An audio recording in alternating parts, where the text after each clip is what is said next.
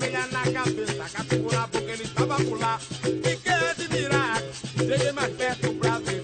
Foi aí que eu lembrei da história sobre o lendário Saci Pererê. História que contava, desde da minha avó, sobre o Saci Pererê que pulava de uma perna só.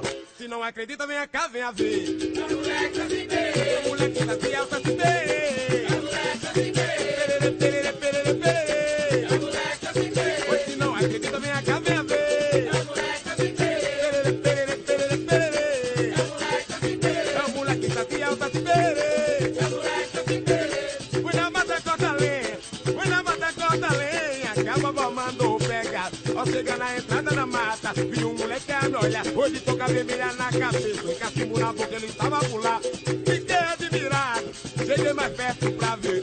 Foi aí que eu lembrei da história sobre o lendário Saci Pererê. História que contava, perdi pra minha avó. Sobre o Saci Pererê, que pulava de uma perna só. Mas se não acredita, venha cá, venha ver. É o moleque Saci Pererê. É o moleque Saci, é o Saci